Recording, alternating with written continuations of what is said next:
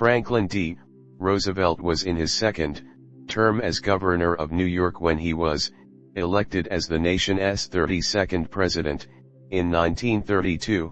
With the country mired in the depths of the Great Depression, Roosevelt immediately acted to restore public confidence, proclaiming a bank holiday, and speaking directly to the public in a series of radio broadcasts or fireside chats.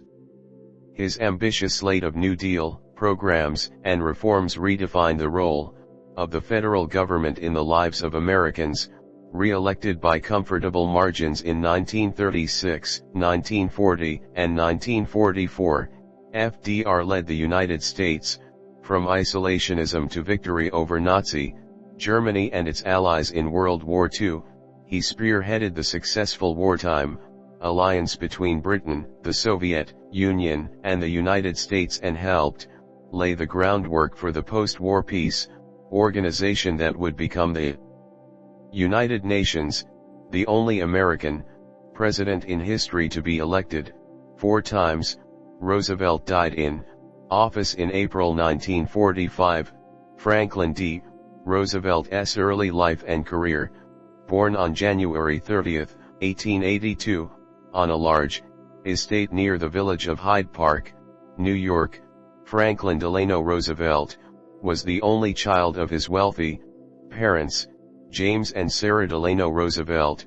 He was educated by private tutors and elite schools Groton and Harvard, and early on began to admire and emulate his fifth cousin, Theodore Roosevelt, elected president in 1901. While in college, Franklin fell in love with Theodore's niece and his own distant cousin, Anna Eleanor Roosevelt, and they married in 1905. The couple had a daughter, Anna Roosevelt, and 4 sons who survived into adulthood: James Roosevelt, Franklin D. Roosevelt Jr., Elliott Roosevelt, and Jr., John A. Roosevelt, a 5th son named Franklin D. Roosevelt, Jr., died in infancy. Roosevelt attended law school at Columbia University and worked for several years as a clerk in a Wall Street law firm.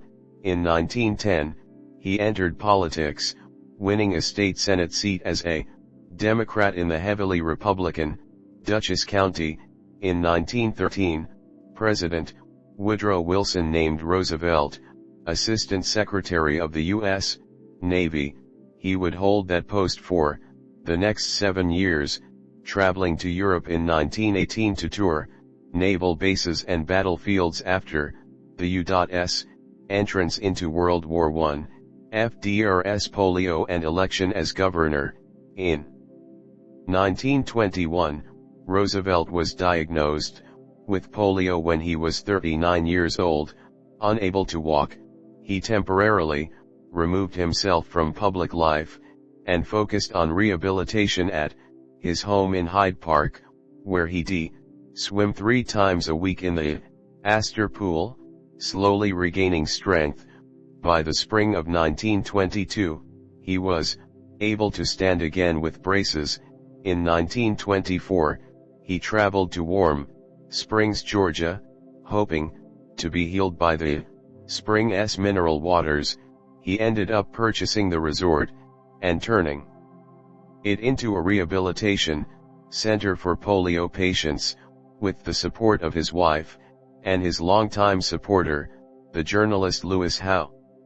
Roosevelt began to return to public life, issuing statements on issues of the day and keeping up a correspondence with Democratic leaders. Eleanor Roosevelt spoke publicly throughout New York State, keeping her husband's reputation strong despite his illness. She also organized the Women's Division of the Democratic Party. In 1924, Franklin made a triumphant public appearance at the Democratic National Convention to nominate New York's Governor Alfred E. Smith for president. Though Smith lost the nomination, and the Democrats lost the general election, Roosevelt enters the White House. Re-elected as governor in 1930, Roosevelt emerged as a front-runner for the Democratic presidential nomination 2 years later. He broke tradition and appeared in person in Chicago to accept the nomination, famously pledging himself to a New Deal for the American people.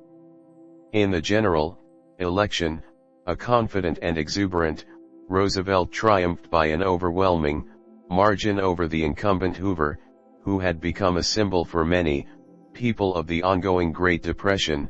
In addition, Democrats won sizable majorities in both the House of Representatives and the Senate. By the time Roosevelt was inaugurated on March 4, 1933, the Depression had reached desperate levels, including 13 million unemployed. In the first inaugural address to be widely broadcast on the radio, Roosevelt boldly declared that this great nation will endure as it has endured, will revive and prosper. The only thing we have to fear is fear itself.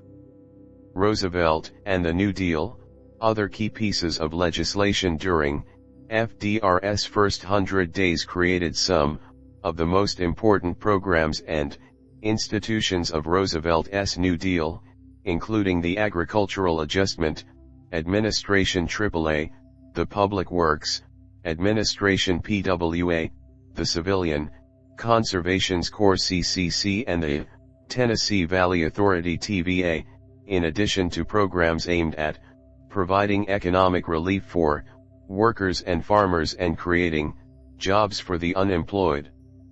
Roosevelt also initiated a slate of reforms of the financial system, notably, the creation of the Federal Deposit Insurance Corporation FDIC to protect depositors' accounts, and the Securities and Exchange Commission SEC to regulate the stock market and prevent abuses of the kind that led to the 1929 crash.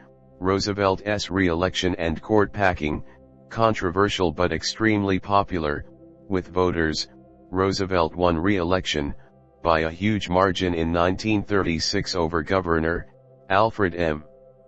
Landon of Kansas. He faced opposition from the Supreme Court over his New Deal programs, and proposed an expansion of the court that would allow him to appoint one new justice for every sitting justice 70 or older. After heated debate, Congress rejected this court-packing scheme, handing FDR the biggest setback of his career. Nonetheless, the court abruptly changed direction, upholding both the Social Security Act and the Wagner Act officially, the National Labor Relations Act, labor unrest, and another economic downturn in 1937 hurt Roosevelt's approval ratings, but the crisis had largely passed by the following year. Republicans gained ground in the midterm congressional elections, however, and soon formed an alliance with conservative Democrats that would block further reform legislation. By the end of 1938, as support for the New Deal was waning, Roosevelt faced a new looming challenge, this time on the international stage. FDR and World War II. As early as 1937, FDR warned the American public about the dangers posed by hardline regimes in Germany, Italy, and Japan, though he stopped short of suggesting America should abandon its isolationist policy. After World War II broke out in September 1939, however, Roosevelt called a special session of Congress in order to revise the country's existing neutrality acts and allow Britain and France to purchase American arms on a cash-and-carry basis. Germany captured France by the end of June 1940, and Roosevelt persuaded Congress to provide more support for Britain, now left to combat the Nazi menace on its own. Despite the two-term tradition for presidents in place since the time of George Washington, Roosevelt decided to run for re-election again in 1940. He defeated Wendell L. Willkie by nearly 5 million votes.